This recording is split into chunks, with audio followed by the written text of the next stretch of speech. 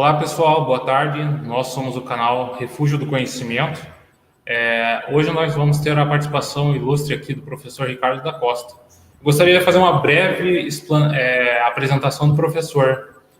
Professor titular do Departamento de Teoria de Arte e Música, DTAM, da Universidade Federal do Espírito Santo, a UFES. Professor efetivo do corpo docente, Programa de Doutorado Internacional à Distância, acadêmico correspondente à estrangeira da Real Academia de Boas Letras de Barcelona.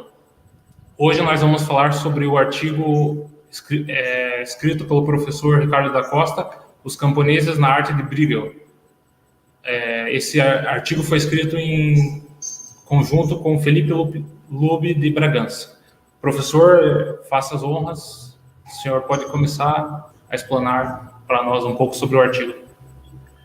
Muito obrigado pelo convite, um prazer. Esse trabalho foi uma grande alegria que eu pude ter na minha vida acadêmica, porque compartilhei, escrevemos a quatro mãos aqui, eu e o Felipe Lube de Bragança, que foi um aluno meu, e hoje ele já é professor, e então ele tinha escolhido no seu TCC fazer uma pesquisa de história da arte sobre esse pintor muito famoso, e inclusive eu ainda estava no departamento de História, e achei muito legal ele ter essa ideia de fazer um TCC de História da Arte, porque não é uma coisa muito comum nas graduações de História, né? Ter essa sensibilidade voltada para a arte, História da música, História da arte, não é uma coisa, infelizmente, não é uma coisa muito comum que acontece mais lá fora.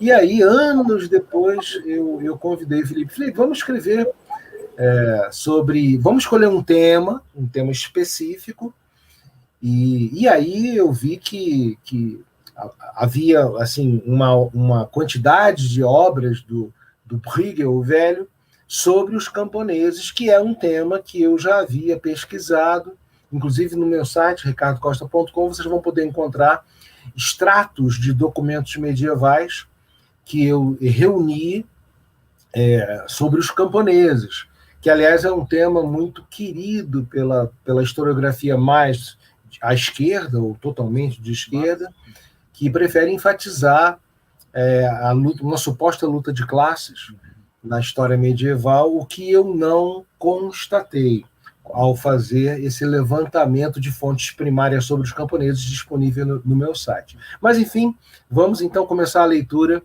desse trabalho, Os Camponeses na Arte de Bruegel o Velho. Ele viveu mais ou menos cerca de 1525 a 1569. No resumo, é um trabalho inédito, aliás, esqueci de dizer. A pintura de gênero, uma tradição na história da arte, foi muito desenvolvida por Bruegel o Velho. Suas cenas da vida cotidiana dos camponeses marcaram profundamente a imagem da Europa pré-industrial. O objetivo deste trabalho é analisar sua imagem do camponês, sua vida, festas, suas danças, os momentos marcantes de sua existência. Então, logo na introdução, colocamos aqui uma primeira imagem, muito forte, né, de uma velha camponesa, é o título do quadro,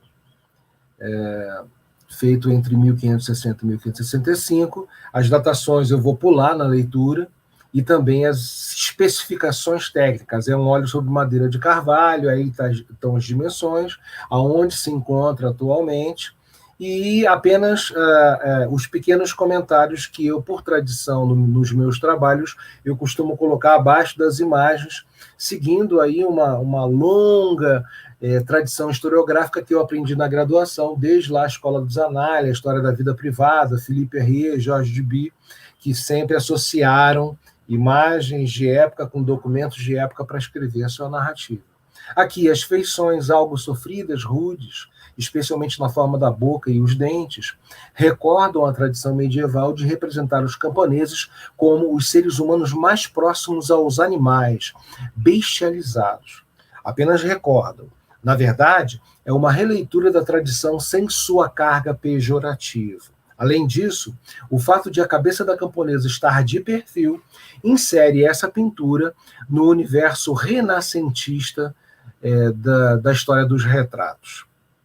Também, gente, vou pular a leitura das notas de rodapé, notas explicativas, muitas, algumas notas simples, com indicações bibliográficas, de onde nós retiramos essas informações. Tá? Só quando for uma nota realmente muito significativa que eu vou destacar, e quem puder depois ler com calma esse texto disponível no meu site, basta passar o mouse e clicar no número, que vai imediatamente para a nota, e depois clicar novamente no número e volta ao texto. Tá?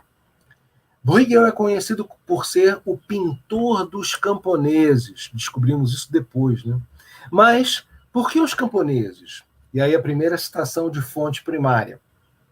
Acompanhado por Frankert, Bruegel gostava de visitar os camponeses em casamentos ou feiras. Os dois se vestiam de camponeses e, como os outros convidados, levavam presentes e se comportavam como se fossem parte da família, ou como convidados da noiva ou do noivo. Bruegel se divertia observando a moral dos camponeses, suas maneiras à mesa, suas danças, seus jogos, seus modos de namoro e outras coisas divertidas, às quais se entregavam e que o pintor sabia como reproduzir com muita sensibilidade e humor.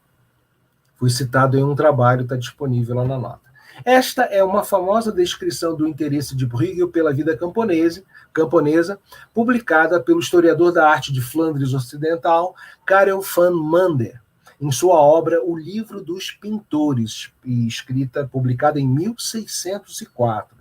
A passagem contextualiza o gosto do pintor pelos ambientes rústicos, bem como sua forma de abordagem para criar imagens mentais que servissem de base para suas representações da vida cotidiana rural. E aqui na nota 4, olha, nós especificamos quais foram as obras que nós selecionamos para apresentar e para analisar esse tema na pintura de Bruegel.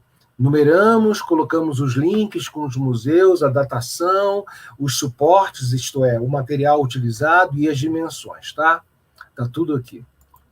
Nota 4. Uma de suas aproximações ao universo camponês foi o retrato de uma camponesa, a imagem 1. Os artistas flamengos já haviam se especializado na arte do retrato, especialmente a partir dos anos 1420. Esse gênero de representação havia caído gradativamente em desuso.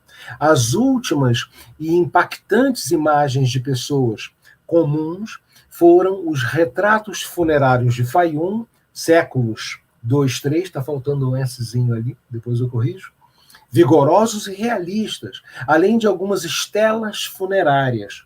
Uma das mais famosas, a do casal de camponeses galo-romanos do fim do século 3. Aliás, eu fiz uma releitura e poli aqui e ali esse texto para apresentar para vocês e incluí essa nota 7 com essa frase na semana passada, né? Sempre a internet possibilita esse polimento, esse enriquecimento. Inclusive, traduzir aqui o site do Museu da Estela Funerária. Sempre que possível, vocês cliquem também nesses links que eles vão aparecer as imagens e tudo que nós analisamos. Deixa eu voltar aqui. Fechar, muito bem. Os camponeses. Ok. E novamente vou maximizar. Volta para a nota 7. Muito bem. Foram uma espécie de canto de cisne desse gênero.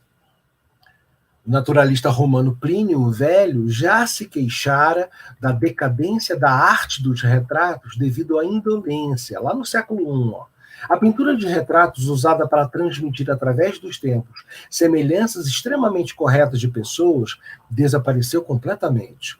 É exatamente assim que as coisas são. A indolência destruiu as artes e como nossas mentes não podem ser retratadas, nossos traços corporais também são negligenciados. História Natural 35.2. Outra característica que eu quero destacar para o site de vocês é a minha escolha intencional de sempre colocar em citações literais apenas fontes primárias, ao contrário da tradição historiográfica brasileira que, infelizmente, se vale dessa importante ferramenta metodológica para fazer citações bibliográficas, para se apoiar na autoridade dos historiadores contemporâneos, o que definitivamente não é o melhor método de apresentação, de pesquisa, e torna o texto extremamente maçante, aquele tipo de trabalho que vai ficar no fundo da gaveta. O melhor é sempre destacar as fontes primárias e comparar o que a historiografia contemporânea fala delas e você chegar a uma conclusão com autonomia, sem desmerecer, evidentemente, a bibliografia. Isso é uma prática que não é muito recorrente. Tem muita gente que começa a pesquisa pelo método, né? Vai atrás do método e tem que pôr na fonte, ou quem seja, quem autor seja. Isso sempre dá um problema. Aqui no Brasil é muito triste. Começa assim, segundo Jacques Legoff, vírgula, aí vem aquele tijolaço. Aí depois vem outro, por sua vez, segundo fulano de tal, e fica uma colcha de retalhos horrível. E é uma forma de ensino que tem vigorado muito no Brasil devido à decadência da nossa educação, mas isso é uma outra questão. De qualquer modo, fica aqui para vocês, eu quero ressaltar isso, porque é muito importante relacionar imagens de época com os textos de época ou textos anteriores àquela época, nunca textos contemporâneos. Muito bem. Nos séculos seguintes, o realismo das imagens foi pouco a pouco dando lugar a idealizações padronizadas, especialmente a partir da ascensão do cristianismo no século IV e sua consolidação como religião oficial do Império Romano. O desaparecimento dos retratos durante os séculos alto-medievais chegou a sugerir aos historiadores que a Idade Média havia desconsiderado o indivíduo. Lê do engano. Nota. De qualquer modo, os retratos só retornaram com vigor no século XV, graças em parte ao surgimento da técnica da pintura a óleo com Jan van Eyck, método já abordado no século XII por Teófilo o Presbítero no Tratado De Diversis Artibus. Nota 11 também. Somado ao ressurgimento do retrato e da nova técnica da pintura a óleo, esses primeiros séculos da modernidade presenciaram 3 fenômenos interligados. Primeiro, uma nova onda iconoclasta com a Reforma. 2, uma nova determinação estética da imagem. Começaram a coexistir imagens artísticas e imagens não artísticas. E 3, o despontar do conceito de artista com mais liberdade poética para as suas interpretações imagéticas. Hans Belting é um clássico. Foi nesse ambiente efervescente e multifacetado que Bruegel despontou na segunda metade do século XVI com seu intenso traço, seus agitados ambientes sociais e suas profundas paisagens. Tá? O artista. Imagem 2.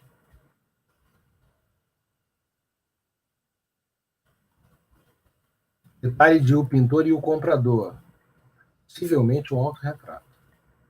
Bruegel é o pintor dos corpos pobres, rústicos, da aspereza da vida. Isso está em Humberto Eco. Muito bonito. O pouco que sabemos a seu respeito se baseia no supracitado Livro dos Pintores. Foi aprendiz na oficina de Peter Koch van Hulst, escultor, pintor, arquiteto e designer de estilografuras, ourivesaria, tapeçarias e vitrais, artista que sofreu forte influência da arte italiana. Bruegel se casou com Maiken Koch, filha de van Aelst, em 1563. Com o sogro, além do contato com os círculos humanistas, nosso artista conheceu as técnicas da aquarela e da têmpera, pigmentos na gema de ovos e ou substância viscosa no linho. Entre 1551 e 53, Bruegel viajou pela França e Itália, Nápoles, Sicília e Palermo. Em Roma, trabalhou com Giulio Clovio, miniaturista e iluminista, pintor de iluminuras de livros, influenciado por Michelangelo, e, posteriormente, patrono de El Greco. Informação bibliográfica, biográfica, perdão. Ao retornar a Antuérpia, realizou paisagens sob encomenda e publicadas por Hieronymus Koch, pintor e importante editor de gravuras. Sua imprensa desempenhou um importante papel na propagação da Alta Renascença no norte da Europa, região em que a tradição gótica era bastante arraigada. Nota enorme, né? Bruegel trabalharia para Koch até quase o fim da vida. Com seu casamento com Maiken Koch, Bruegel se mudou para Bruxelas, cidade de sua sogra, Maiken Verhulst, celebrada ilustradora e pintora de miniaturas. Nessa cidade, já algo distante das encomendas de Koch, nosso artista teve como patronos Antoine Perrenot de Granvella, cardeal da Igreja Católica e presidente do Conselho de Estado dos Países Baixos, e o cartógrafo e geógrafo Abraham Ortelius. Pouco depois de falecer, em 67, presenciou a chegada do Duque de Alba a Bruxelas, pouco antes de falecer. Faleceu em 1569, mesmo ano em que a resistência protestante ao domínio católico Habsburgo e a forma de lidar com as imagens se transformou em insurreição, e também no mesmo dia em que foi estabelecido o Tribunal dos Tumultos para julgar as responsabilidades civis do movimento conhecido como Tormenta das Imagens, Beldenstorm, agosto a outubro de 1566. Ou seja, as reformas protestantes provocaram uma espécie de recuo da riqueza e do multicolorido das imagens naquele período, embora em contrapartida também tenha proporcionado um realismo maior a essas mesmas imagens, o que é um fenômeno paradoxal, como todos os fenômenos, todos os processos históricos. Eu confesso que eu nem conhecia essa tormenta das imagens, achei muito interessante e encontrei na internet também imagens muito interessantes sobre esse fenômeno, né? Muito bem.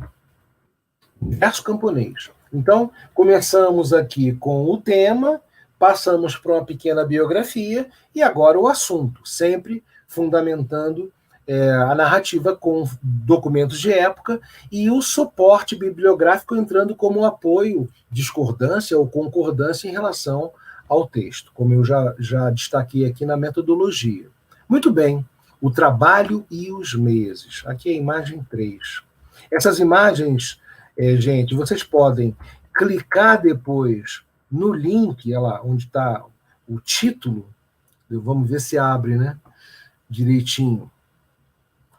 Eu fiz depois uma revisão. Por acaso. Ah, não, está abrindo. E aqui vocês podem ver, em detalhe, a riqueza. Olha que maravilha que o que proporcionam os museus da Europa. Hoje em dia, meus caros, só não faz história de um modo assim rico e amplo quem realmente não quer ou não se interessa ou tem preguiça, não sei. Olha que coisa sensacional. São detalhes que nós podemos apreciar dessas obras que mesmo em loco no museu, nós não conseguiríamos ver com tanta cuidade como aqui nós podemos perceber. Olha, ele já fecha, já propõe fechar. Opa, deixa eu fechar aqui. Fechar. Voltei e novamente eu maximizo, ok? Na metade superior do dia sombrio, à esquerda, além dos cumes das montanhas ainda com neve, destacam-se o castelo e as muralhas da cidade à beira-mar. Do centro para a direita, várias embarcações serpenteiam, açoitadas pelo mar agitado. A metade inferior da cena se divide em duas. À esquerda, palhoças camponesas se irradiam a partir de uma pequena igreja, epicentro da vida rural. À direita, uma mulher e um homem se abaixam para colher rebentos dos salgueiros.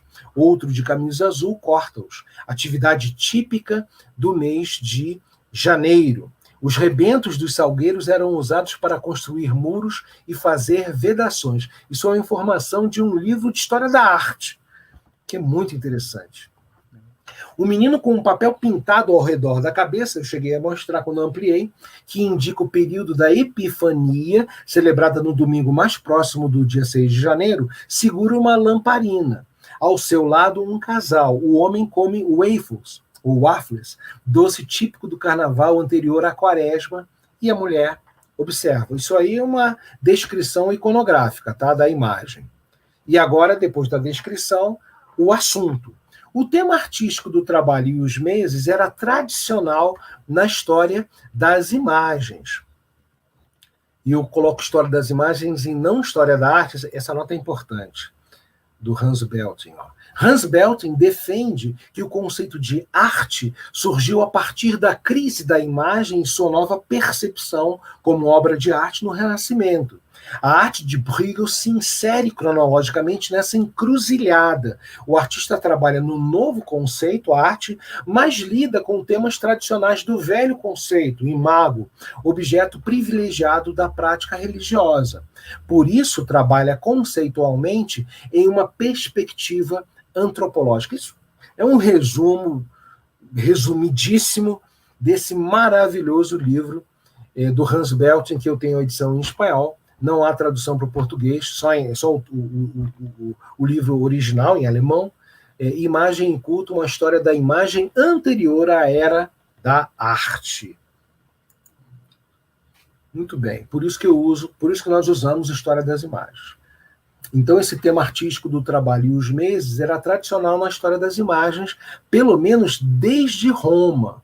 Tá? E aí, outra notinha, gente, deixa eu aproveitar aqui a erudição e a necessidade imperativa do leitor para ler bem, né? Lê o texto, indicou uma nota, vai para a nota e volta para o texto, né? Como podemos constatar nos mosaicos de um calendário agrícola do século III, encontrados em 1891 em Saint-Romain-en-Galles, hoje na região do Ródano-Alpes, atualmente exposto no Museu de Saint-Germain-en-Laye. Está ali o link depois, para quem quiser ver esses mosaicos de um calendário agrícola. Originalmente media 8 metros, quase 9 por 4, quase 5, e consistia de 40 cenas, hoje apenas 27, das quais 4 foram afetadas por um incêndio. E aqui o site. É muito legal trabalhar com essa erudição, né? É imperativo, gente. É o cartão de visitas de uma boa pesquisa histórica, né? De uma boa pesquisa. Então, o tema artístico do trabalho e os meses era tradicional, pelo menos desde Roma. Na Idade Média, encontramos sua representação em vitrais, esculturas, iluminuras, tapeçarias. Bruegel optou pela pintura a óleo em painéis de carvalho. Tem uma nota grande aqui da Regine Pernot, que é uma professora, uma arquivologista e medievalista banida das indicações bibliográficas da Academia Brasileira por não ter sido marxista, né? Então, como eu gosto de ser muito do contra, não gosto de remar junto com a plebe ignara, eu fiz questão de citar porque ela dá informações assim preciosas e escrevia para o grande público, né? É uma autora, embora seja para um início de pesquisa, um primeiro contato, digamos assim, é uma autora muito, muito delicada. Bruegel optou pela pintura a óleo em painéis de carvalho, preparados com carbonatos brancos e opacos e aglutinados com colas de cartilagem, eram polidos e suas superfícies uniformemente lisas, o que permitia que recebessem uma riqueza de delicados detalhes, informação técnica, né? Importante para a apreciação e consideração das imagens, né? A trabalheira que dava. Provavelmente foi esse motivo que levou Bruegel a usar o carvalho para a nova técnica a óleo, seja como for, foi o último de uma longa tradição que representou imageticamente o universo camponês de modo afetuoso, verdadeiro, um amor intrínseco e realista por seu modo de vida, seus dramas cotidianos, mas especialmente sua alegria coletiva expressa em suas festas festas e momentos de folga da labuta. Indicação bibliográfica também. Então, há duas correntes da tradição do trabalho e os meses e da tradição antiga e medieval. Uma corrente mais literária, que vê o camponês como algo degradante, mais próximo dos animais, uma figura humana bestializada, com modos rudes, que não tinha, na literatura cortês medieval, que um ser humano que não tinha capacidade, a sensibilidade de amar, como o nobre tinha. Então, uma tradição pejorativa e uma outra tradição, paradoxalmente oposta, e do mesmo período, que encara o camponês em todo o seu realismo, em toda a sua vida cotidiana, alegre, com cantos, trabalhando para a glória de Deus, digamos assim. Assim é a história.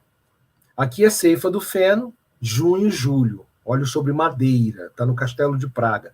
Por isso que eu não consegui aqui o link com os detalhes desse quadro muito vivo, né?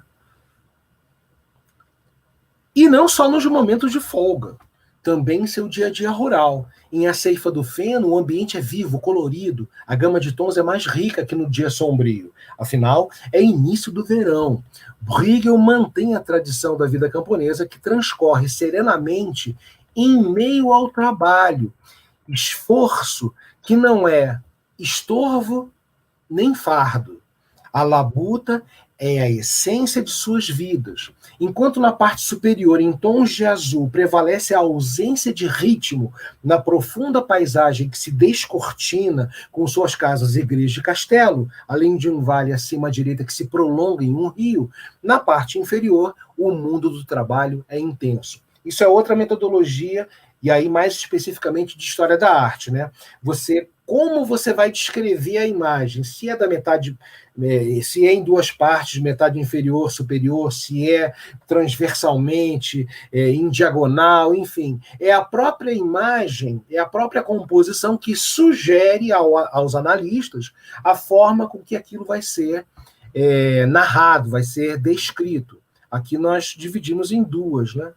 Parece ser a melhor opção.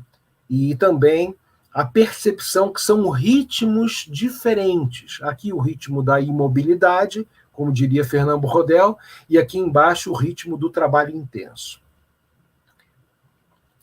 Há pelo menos 3 partes. Agora, uma subdivisão. Da esquerda para a direita. Um campônio sentado afia uma gadanha, ferramenta agrícola de corte de ervas e cereais. Olha, deu um trabalho danado pesquisar o nome dessas ferramentas agrícolas, né? Eu e Felipe somos homens urbanos, né?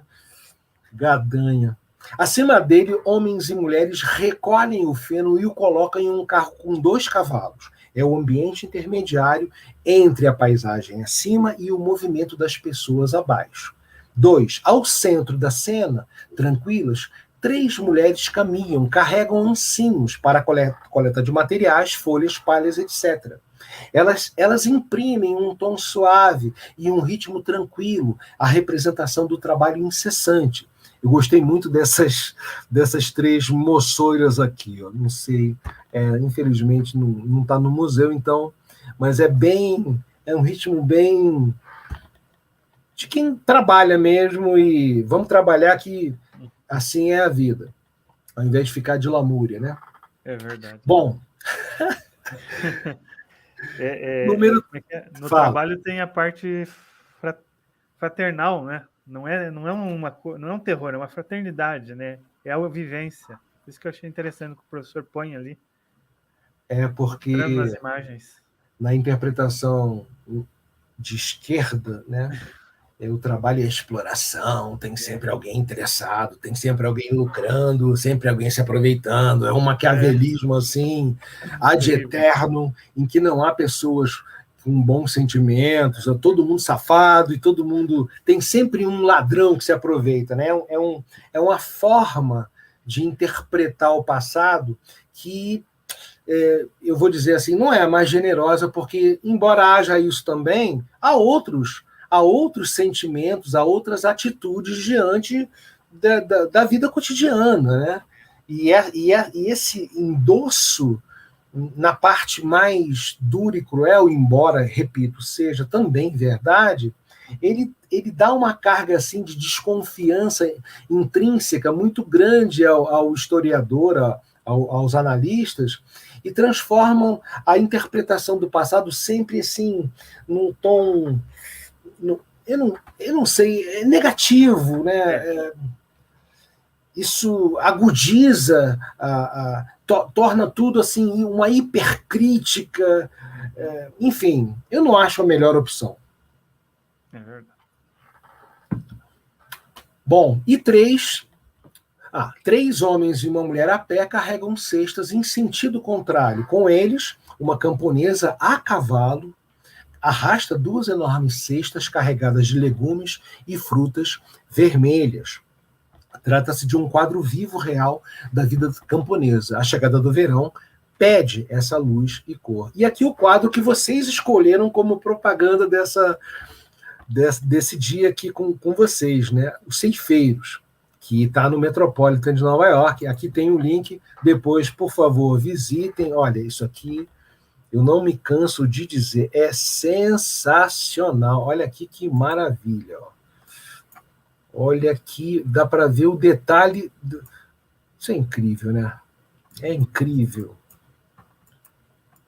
É incrível o que a modernidade pode proporcionar a quem realmente gosta de trabalhar, né? Se interessa e tenta oferecer um quadro assim vivo do passado, né? Olhos sobre Madeira, Metropolitan Museum. Cor viva, né? Que se intensifica até beirar o esgotamento em Ceifeiros. A luz que se espraia pelo ondulante campo de trigo separa uma vez mais a paisagem em 2 níveis. Sempre de onde vem a luz, tá?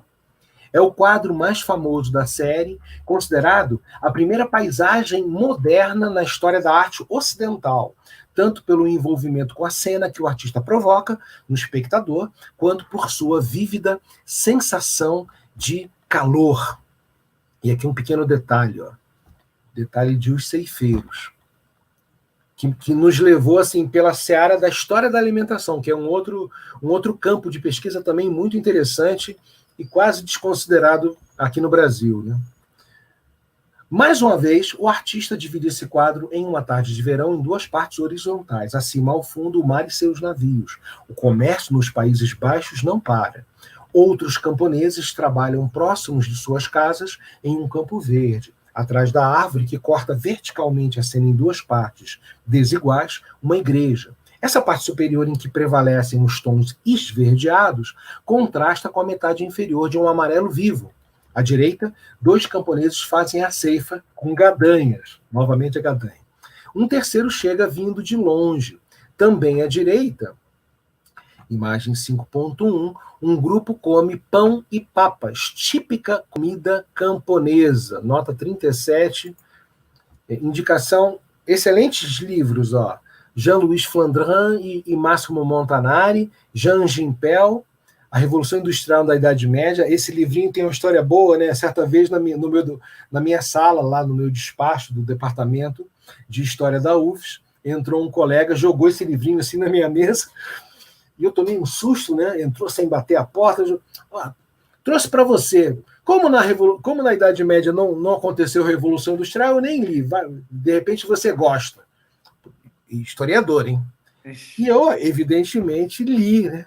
E é claro, isso aí é uma metáfora. O título é uma metáfora e ele trata muito dos progressos da tecnologia no trabalho com a terra, né? A divisão do campo, o desenvolvimento das carroças, o uso do ferro. Muito interessante. Esse livro, gente, é da década de 60. Foi publicado na Inglaterra, Jean Gimpel. E o Gerald Rutschet, História Social e Econômica da Idade Média. Ou seja, a bibliografia, vejo, é até antiga, né? E eu sempre que leio, fico assim impressionado. Eu tenho a sensação, gente, que muita gente não lê. Não lê. Continua a repetir aqueles chavões, lugares comuns da historiografia da década, sei lá, de 20, 30, e não lê. Essa é a nítida sensação que eu tenho quando eu paro para ler. Falei, pô, isso aqui desde a década de 60, como a do colega, né, que que não leu e não gostou, e jogou o livro para mim e me deu de presente. Vai só no título? Só pelo título. Só pelo título, alguns às vezes só tem um resumo, e aquele resumo é 30 anos usando o resumo de uma obra. Não, e fora os leitores de orelha, né? O leitor da contracapa, o leitor que vai direto na conclusão, e isso aí pulula aqui, infelizmente. Então, a história da alimentação é um tema muito interessante que eu sugiro depois, quem não conhece, se aprofundar. Bem, dorme exausto. Ao fundo, mulheres recolhem o trigo já ceifado. Aqui, ó. Essa imagem muito interessante.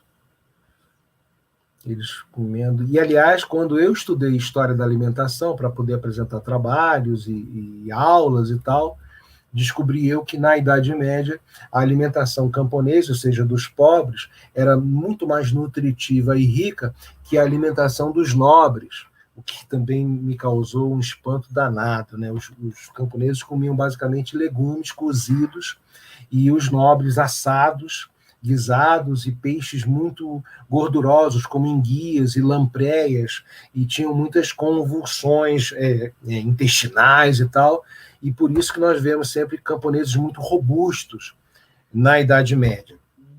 Bom, o regresso da manada, esse é outro, né? Outubro, novembro. Está disponível também, visitem. Para representar o outono em um regresso da manada, ao contrário dos quadros anteriores, Bruegel inclina a divisão espacial acima a baixo, da esquerda para a direita. É o rio que proporciona esse sentido, isso é interessante, né? Tentar ver de onde vem o ritmo, de onde vem a luz, de onde vem a sugestão de movimento, que é o que nós sugerimos aqui no trabalho sempre. É o rio que proporciona esse sentido. Enquanto suas águas fluem naturalmente com calma e liberdade para baixo, vigorosos camponeses conduzem o gado em costa acima.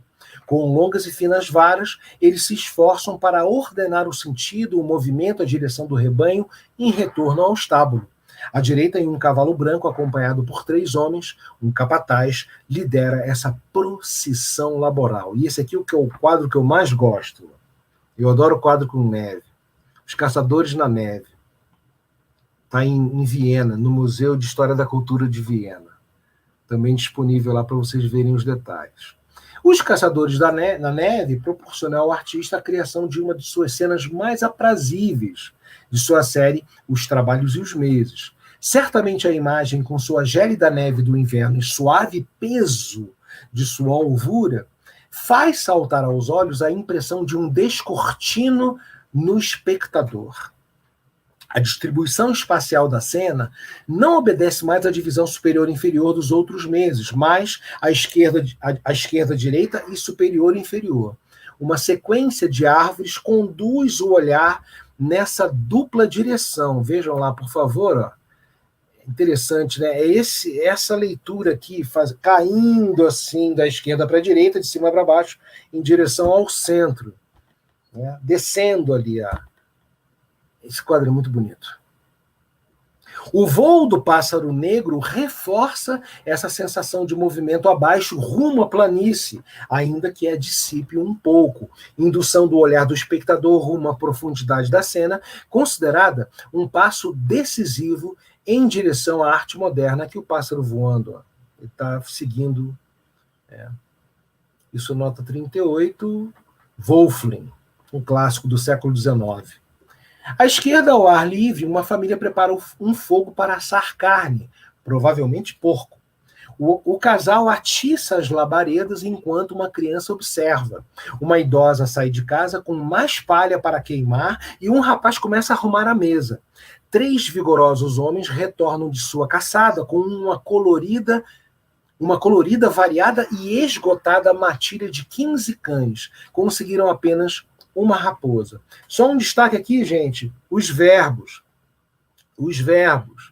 e os adjetivos. Outra coisa que eu preciso destacar na nossa produção historiográfica é essa pobreza textual, gramatical, da utilização da melhor linguagem da nossa língua, né? Ali, o casal atiça as labaredas. tem que pensar as palavras.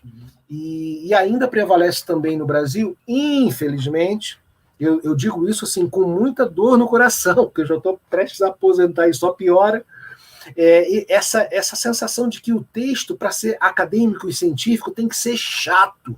Você tem que ler com sofreguidão, tem que fazer um esforço para virar a página. E no exterior não é assim. Vocês iam falar. Alguém falou alguma coisa. Não é. É sempre assim, você não se tem a Você liberdade. concorda? Eu concordo. Eu concordo com quase tudo que o professor diz mesmo. Porque eu também tenho uma carreira mais curta, mas também sofro com os mesmos problemas. Quando eu fiz o TCC, o meu orientador na ocasião, Renato Pereira Brandão, ele viu que eu tinha assim, um pendor para escrever, né? Porque também tem que ter jeito, né? E se não tiver jeito, é como o Tom Jobim disse, né? 1% de inspiração e 99% de transpiração. Tem que ficar ali com o dicionário e tal. Né? Ele me disse assim, você vai ter muitos problemas na universidade. Aí eu olhei para ele e falei, professor, por quê? Porque você escreve bem, as pessoas aqui não suportam isso. E foi assim, primeiro choque, né, do mundo da inveja. Deve ter um termo em alemão para isso, o mundo da inveja. Deve ser uma palavra só em alemão, né? Que vigora aqui, infelizmente. É triste, né? Mas vamos falar de coisas bonitas. Artes. Abaixo, 2 lagos congelados proporcionam diversão a todos, crianças e casais, brincadeiras, jogos. À direita, aqui, ó, na cena, uma mulher puxa outra em um carrinho. Outra caminha uma ponte. Cadê ela caminhando? Aqui, ó, está caminhando uma ponte. Com um feixe de palha na cabeça. Um homem conduz uma carroça de boi cheia de palha. Por que botamos essa nota? Aqui um livro muito interessante, Rudolf Arnheim, Arte e Percepção Visual. Encontramos lá uma citação aqui no preenchimento dos espaços. Gente, não é só, uma outra consideração metodológica, não é só a bibliografia específica sobre o assunto que você escolhe para pesquisar que vai te dar ideias para você escrever. Às vezes eu encontro, e não vou falar pelo Felipe Lubi, mas falo por mim, às vezes eu encontro num livro, sei lá, de história contemporânea, uma ideia que me serve, uma ideia de forma, de desenvolvimento do assunto, que me serve para o assunto lá, sei lá, do século XIII. Então, é um outro imperativo na pesquisa, que você leia de tudo, entendeu? Abra e não fique ali fazendo, sei lá, o seu mestrado, doutorado, com aquela obrigação de fazer aquela pesquisa e só ler o que manda o assunto escolhido, né? Não é assim também que você consegue uma riqueza maior interpretativa, tá? É preciso se aquecer no rigoroso inverno do século XVI, época da pequena idade do gelo, período climático de expansão das geleiras montanhosas e de redução das médias de temperatura anuais, sentida em especial em algumas áreas no hemisfério norte, como, por exemplo, na Europa setentrional. Isso aqui, Enciclopédia Britânica sobre História do Clima. Vejam como o próprio assunto em si te conduz a subtemas interessantes, né? Aliás, essa cena de Bruegel tornou-se um ícone imagético dessa pequena idade do gelo. Foi interpretada como um belo exemplo da grande tempestade de neve do rigoroso inverno de 1565. Casamentos e danças. Esse quadro é fantástico. Tá nos Estados Unidos. Uma festa. Eu lembro, os pobres são felizes, gente. O porteiro do meu prédio em Vitória, certa vez eu entrei no elevador, ele estava limpando o vidro do elevador e cantando. Assim, feliz da vida. Eu falei, bom dia, seu Zé. Então, tem que cantar, professor. A vida é bela. Essa coisa de que pobre é oprimido, gente, isso é visão esquerdista horrível da tradição historiográfica mais brasileira, porque às vezes é uma vírgulazinha na Europa que chega aqui e vira um tufão. Então, é muito engraçado isso, né? Ou como dizia o nosso carnavalesco lá no Rio de Janeiro, o Joãozinho 30, que certa vez perguntaram para ele como é que ele não se importava em organizar o desfile de carnaval da Beija-Flor com tanto luxo, né? E ele respondeu na época, que foi um grande debate lá entre os intelectuais supostos, né? Brasileiros, os medalhões, né? Ele disse: meu querido, quem gosta de pobreza é intelectual, pobre gosta de luxo. Não é da época de vocês, mas a pobreza não é sinônimo de infelicidade, não, tá? Do casamento. Após registrar seu traço na tradição artística dos trabalhos e os meses, Bruegel se voltou para os momentos de descontração da vida rural. Suas festas. Um livrinho muito bom, Las Fiestas en la Cultura Medieval. 3 obras suas realizadas entre 66 e 68 são as mais conhecidas e valeram ao artista o epíteto de pintor dos camponeses. Aquele mundo estava organizado ao redor do trabalho, sim, mas era inteiramente permeado pelo conceito cristão de fraternidade. Tudo era motivo de confraternização, feriados religiosos, comemorações pelas colheitas, ritos de passagens, casamentos, velórios. De fato, o mundo da civilização ocidental, o mundo rude, o mundo pré-industrial, era um universo cultural de convivência de opostos a coexistir no mesmo ambiente social, sofrimento e prazer, labor e descanso, inferno e paraíso. Em A Dança do Casamento, momento imediatamente posterior à tradicional refeição ofertada aos convivas, isso é brasileiro também, né? Pobre é pobre, mas tem fartura na mesa, né? Eu aprendi isso com a família do meu pai, né, que era bem pobre. Mas sempre tinha galinha, frango, galinha com sangue, essas coisas. Né? É verdade, aqui no Paraná também tem um costume, em cada casa que você vai no interior, você não tem ausência de alimentos. Em toda casa todo mundo faz pão caseiro. É um costume. Café, para conversar. Na casa da minha avó fazia galinha ao molho pardo, né? Ela própria matava a galinha, quebrava o pescoço da bicha, eles tinham um galinheiro, e as galinhas entravam e saíam pelos quartos, né? Não tinha cerca. Ela pegava a galinha, matava, depenava, tirava o sangue e fazia a galinha ao molho pardo. Isso hoje, para o mimimi contemporâneo, é um horror, né? Imagina. Tem gente que até bebe morto, né? Hoje em dia, a pessoa tem nojo, não come hambúrguer porque sabe que foi, sei lá, carne que um animalzinho sofreu, tadinho. Bom, em A Dança a tradicional refeição ofertada aos convivas, Bruegel registra o desvario, a sensualidade mal reprimida, a alegria incontida, o prazer do amor desregrado. A gaita de foles, por ser considerada um instrumento de poderes eróticos, é tocada na festa da noiva camponesa. A vitalidade e a fecundidade são celebradas no ardor da dança. Bruegel destaca a excitação dos homens, como vocês podem ver aqui, por exemplo, nesse rapaz aqui, visivelmente excitado, e também nesse aqui, de vermelho, de calça vermelha. O mundo camponês tinha esses rompantes de intensa alegria. A esse respeito, é a única citação de fonte bibliográfica que nós fizemos, mas vocês vão entender por quê, tá? A esse respeito, é notável a sensibilidade de Fernand Braudel. Ao analisar esse período histórico da civilização europeia, além de ressaltar a descontinuidade dos processos históricos, o historiador confirmou a colorida exuberância da arte de Bruegel. Olha só que nota, é para fazer barba e bigode nos esquerdinhas aí da luta de classes. Ó.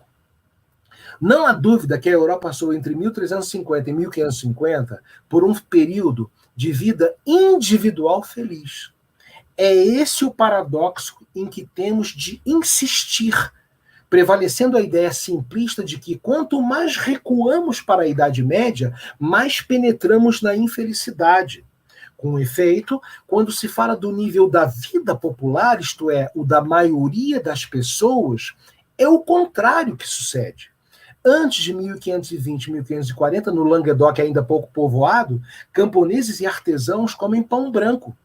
A deterioração acentua-se à medida que nos afastamos do outono da Idade Média e mantém-se até o meio do século XIX. Isso aqui está civilização material, economia e capitalismo, as estruturas do cotidiano. E olha que Brodel era um historiador de formação à esquerda, embora em maio de 68 ele tivesse sido etiquetado lá como conservador e retrógrado e tal, e tivesse sofrido lá o chorume do Daniel Cohn-Bendit e aqueles meninos lá da Revolução de maio de 68 em Paris.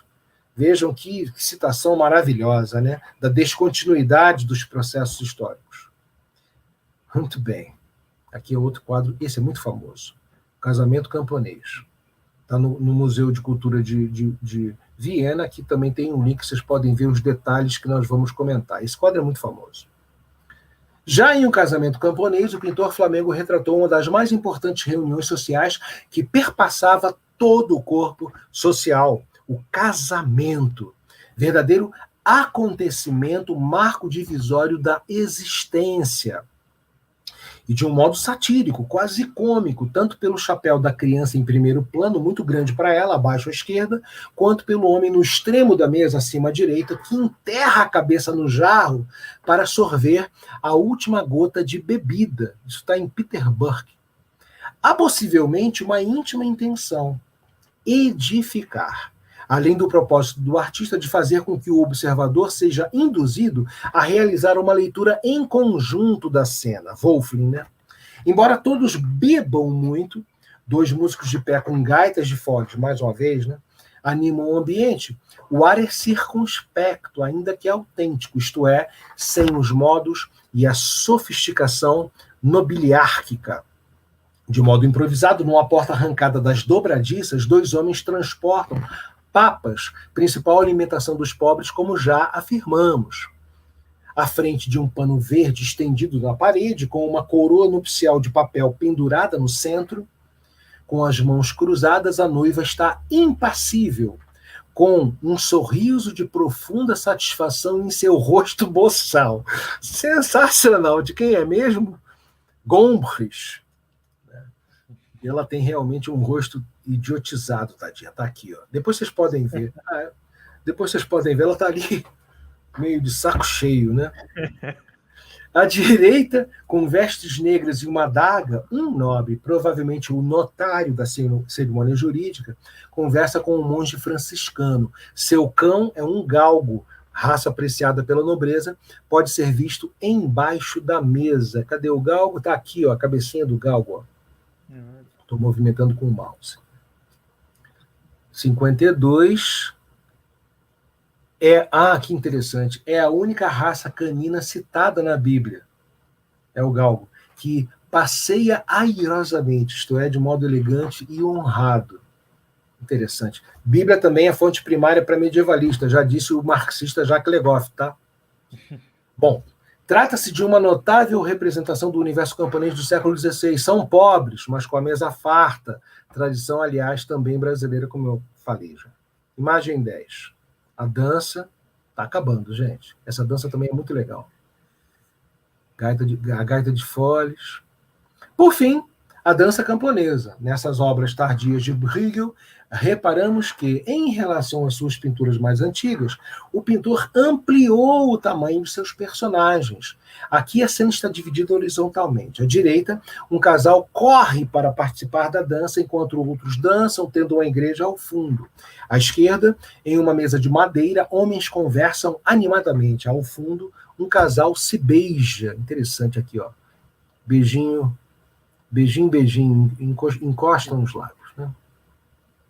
No primeiro plano, uma mulher ensina uma criança a dançar, Curiosamente, as duas estão fora da escala em relação aos demais, especialmente porque estão ao lado do músico com sua gaita de foles, indispensável instrumento dos alegres momentos de ócio camponês. E aqui, por fim, o último, imagem 11, ó, uma última imagem, o camponês e o ladrão de ninhos. A cena também é moralizante, ó. De um lado, a perversidade do roubo, aqui em cima, ó.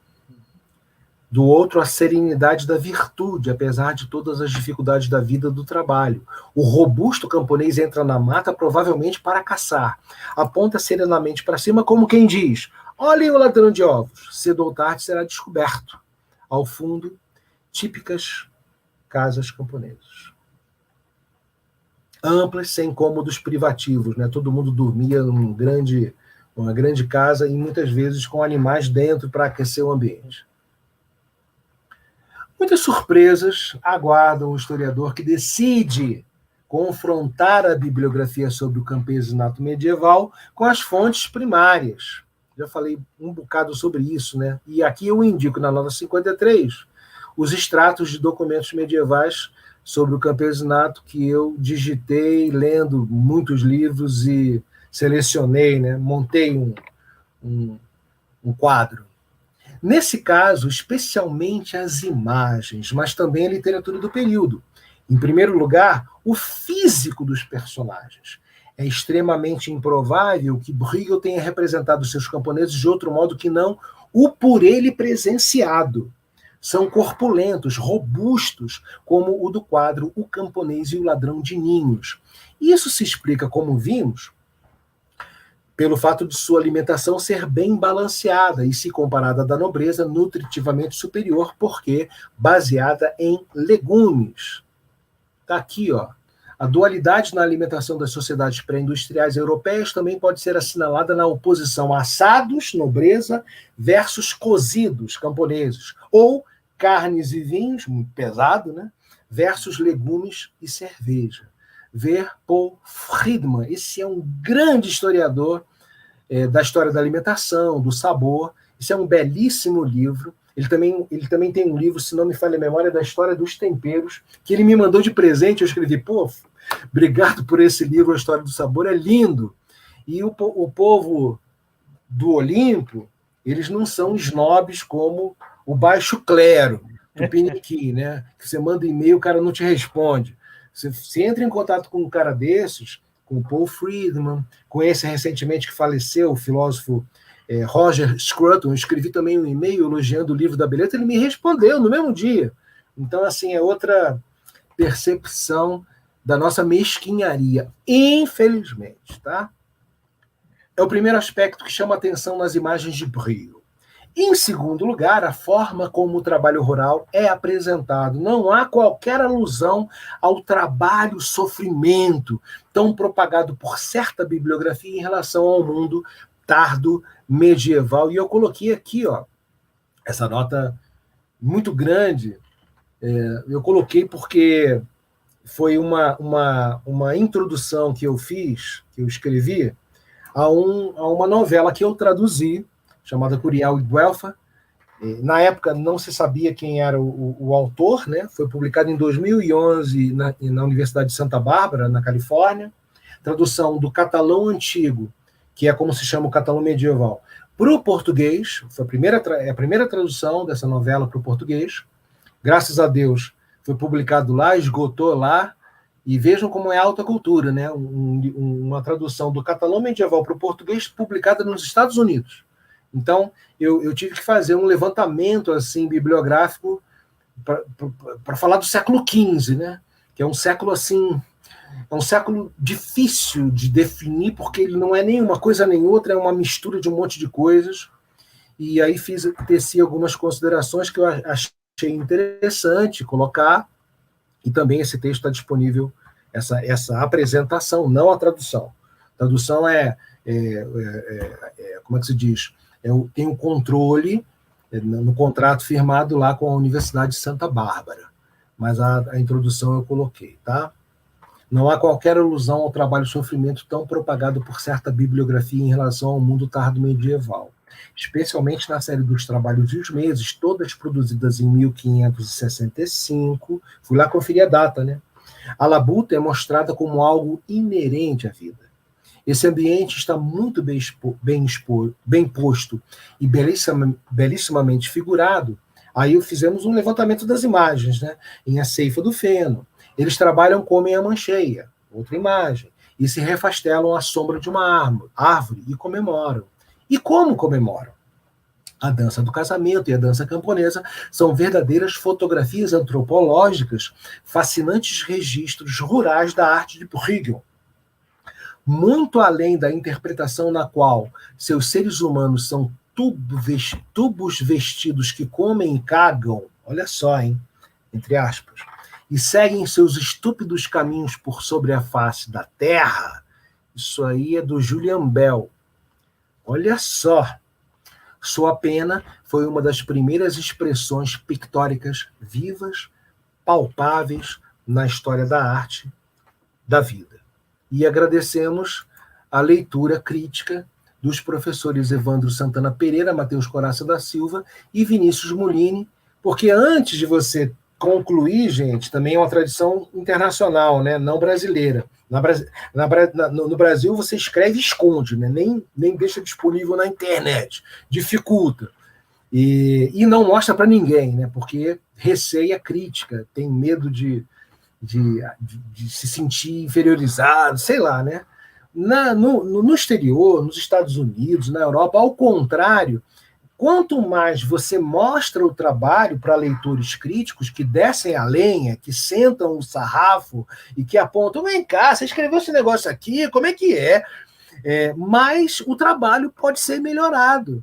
Eu canso de ver nos livros os agradecimentos das pessoas que fazem as leituras críticas de grandes obras, que também não é uma tradição nossa, infelizmente. Então, nós sempre fazemos questão de destacar aqui os leitores críticos que dedicam seu tempo e apontam erros de grafia, às vezes falta uma vírgula, ali eu vi faltando um S, enfim, são os fantasmas da editoração, como dizia o meu querido e saudoso, um querido e saudoso professor, que você lê e corrige, e sempre passa algum erro, né, alguma coisa. Então, gente, esse é o trabalho. Aqui a bibliografia que foi citada, e não simplesmente indicada, porque isso é malandragem, tem que matar a cobra e mostrar o pau, como dizia minha avó. A bibliografia citada, colocamos tudo junto, fontes e textos, e links, e enciclopédias, e as notas todas disponíveis. Sugiro depois uma leitura com calma. Eu agradeço enormemente a possibilidade de apresentar esse trabalho ainda inédito, e vai ficar inédito porque eu não tenho mais paciência de ficar submetendo trabalhos a esses comitês de censores. Vai ficar inédito, disponível no site. Agradeço muito a oportunidade e estou aberto aqui para nós conversarmos sobre o tema. Muito obrigado, tá bom? Nós que agradecemos, professor. O Paulo, você quer fazer alguma pergunta já, Paulo? Bem, o que eu gostei do texto do professor me lembra, quando eu estudei na graduação, no que a gente tem de teoria da história, eu tinha estudado o Abbarbo, né? Abbarbo, Panofsky, e esse tipo de análise em que o professor pega, por exemplo, uma minúcia, e dessa minúcia procura essa concretude da vivência, né? Ou seja, o que a pessoa vive.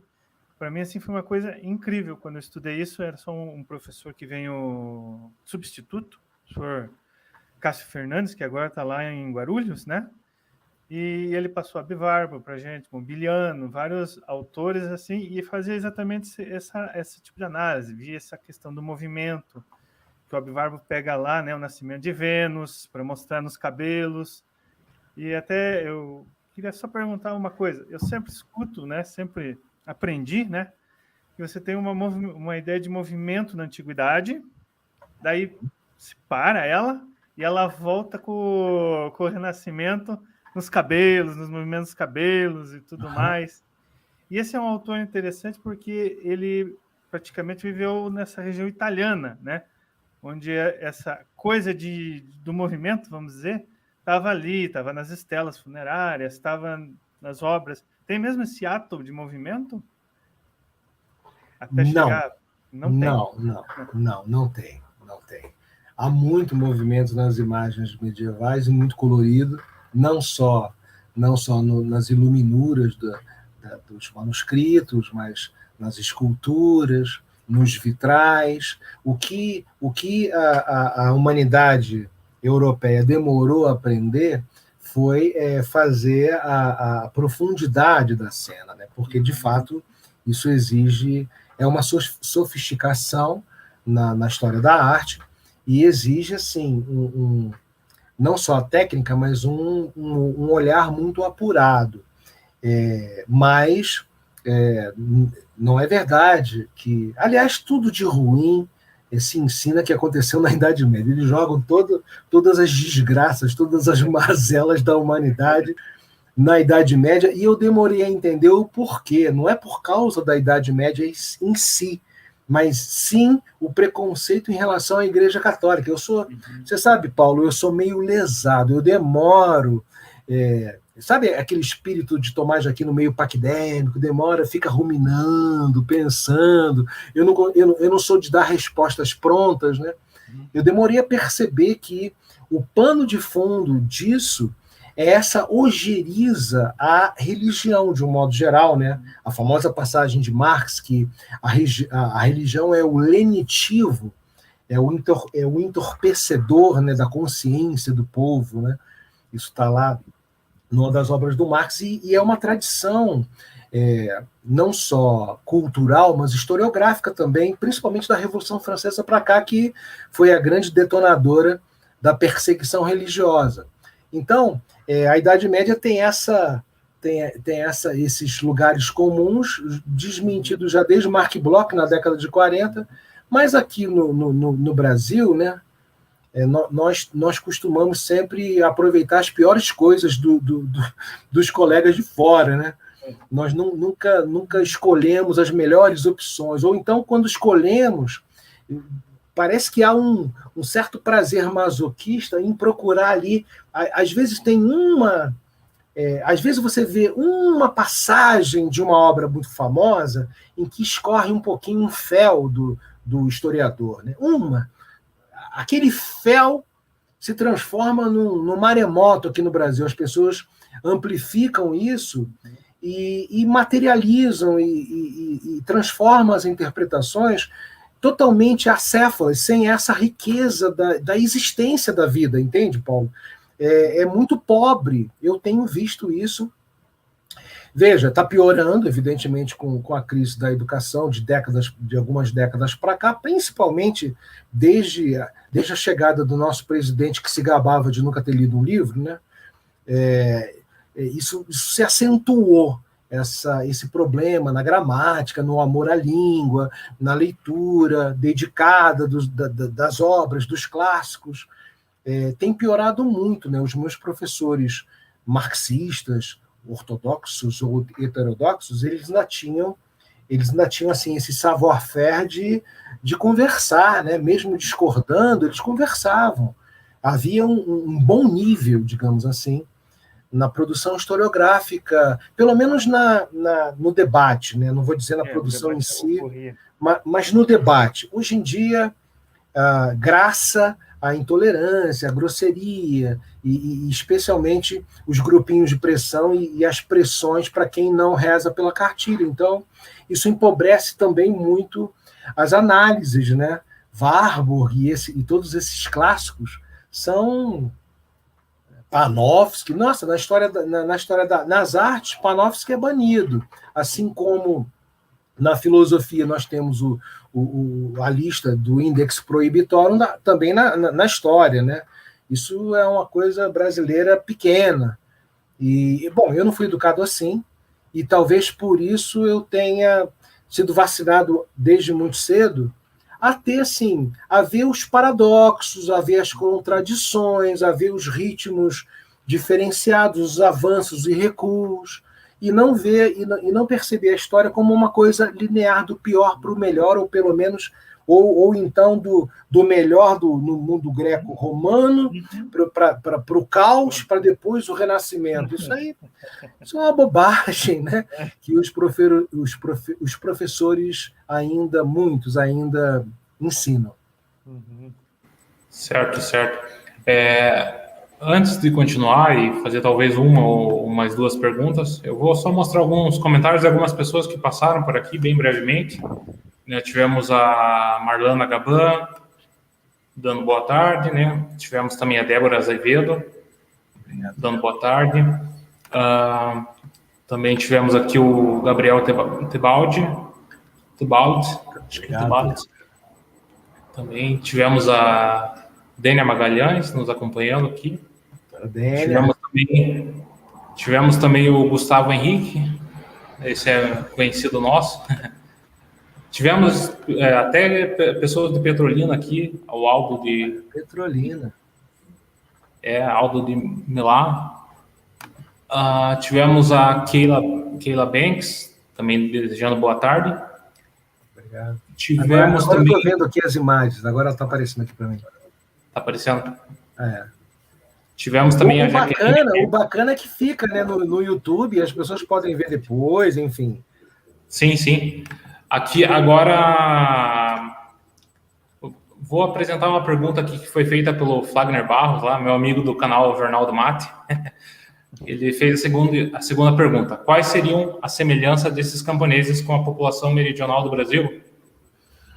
Pouca porque...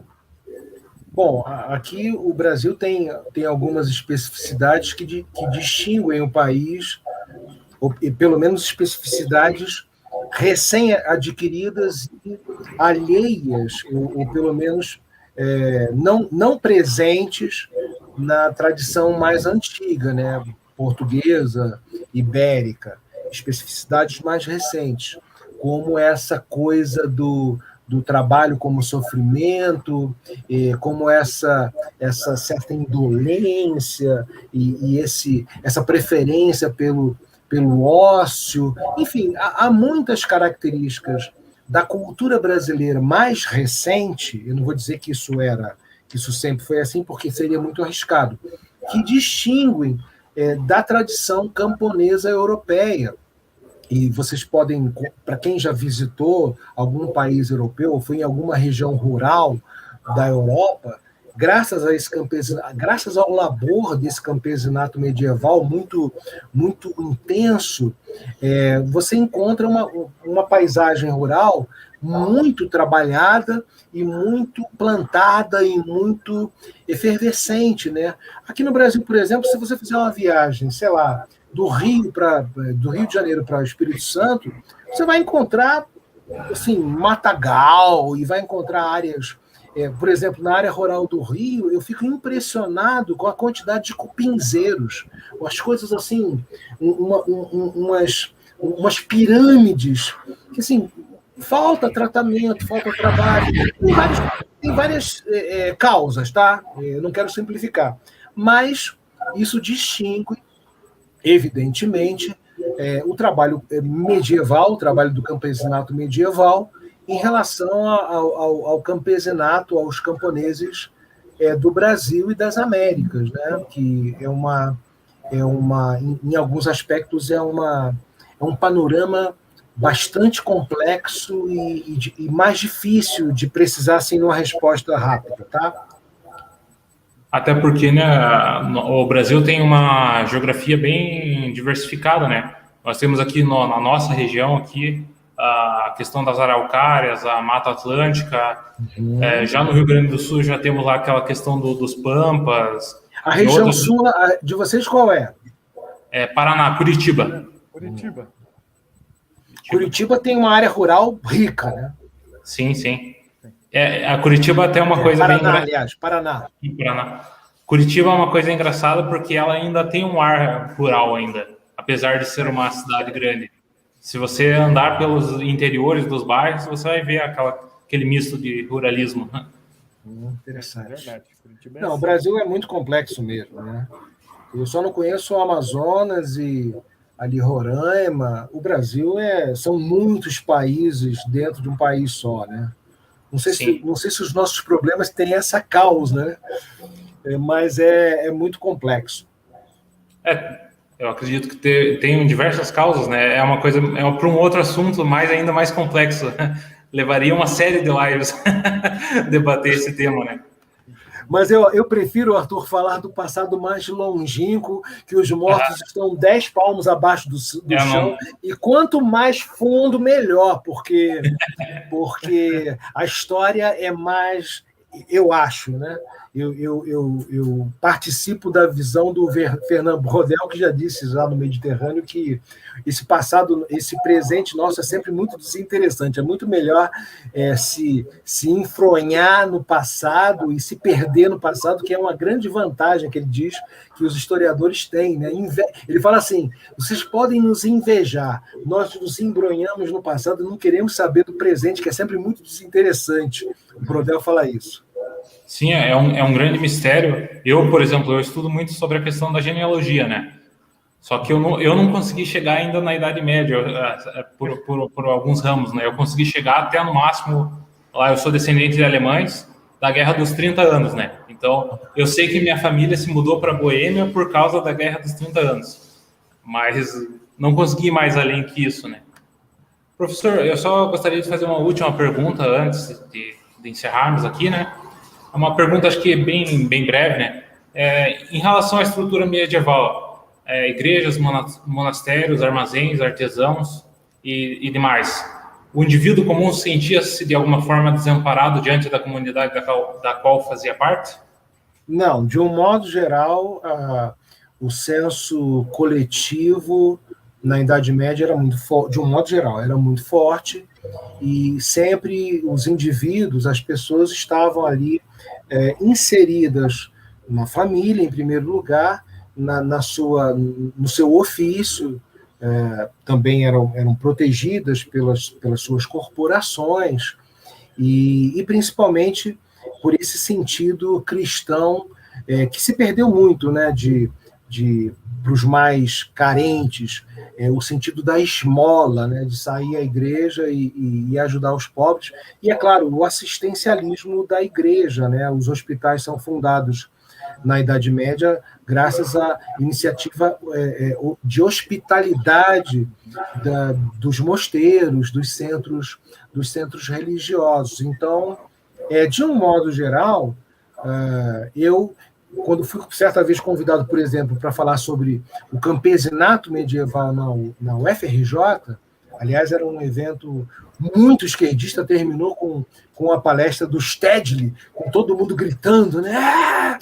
Eu fiquei assim assustado, eu não sabia, e um dos organizadores me ligou, e eu tinha que apresentar o camponês na Idade Média. Esse trabalho está no meu site também, já mais antigo. E eu comecei a pesquisar, né? E aí, certa vez, ele me ligou para falar assim: olha, mas eu quero revolução, eu quero sangue. Eu falei: peraí, cara, eu estou vendo nas fontes, não estou encontrando, não. Pelo contrário, existe uma... Não, você vai encontrar. Até que encontrei, né? Encontrei lá uma revolta camponesa, inclusive está no trabalho, e aí o organizador na época: é isso aí, legal. Aí eu falei: nossa, como é que a ideologia se sobrepõe à pesquisa, em primeiro lugar? Vamos ver o que tem para dizer, né? Mas eu apresentei o trabalho e não sabia que ia estar lá esse povo todo, o FRJ, faz muito tempo. Então, assim, achei engraçado, gente, Paulo e Arthur, que eu pude falar alguns causos, né, da minha vida acadêmica, institucional, que eu sempre lembro de muitos quando me preparo, às vezes com amigos, com colegas, para escrever sobre esses assuntos tão interessantes. E, enfim, é isso.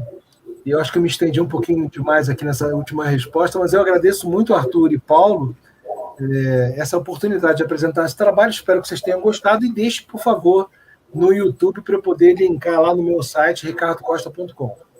Sim, com certeza vai ficar. Nós que agradecemos, professor Ricardo da Costa. Foi um pouco demorado, né? Nós combinamos há um certo tempo, assim, foi difícil encontrar as agendas, mas graças a Deus deu certo, né? Eu acredito Eu lembrava disso. Igual aqui, para nós aqui em Curitiba é feriado, né? A Natividade de Nossa Senhora, no caso de nós, Nossa Senhora da Luz dos Pinhais de Curitiba.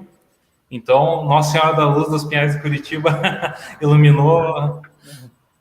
No final, Deus escreve certo por linhas tortas, me dizia minha avó. Vai ficar gravado, professor. Agradecemos de volta. De repente, daqui a alguns meses, conseguimos uma outra live.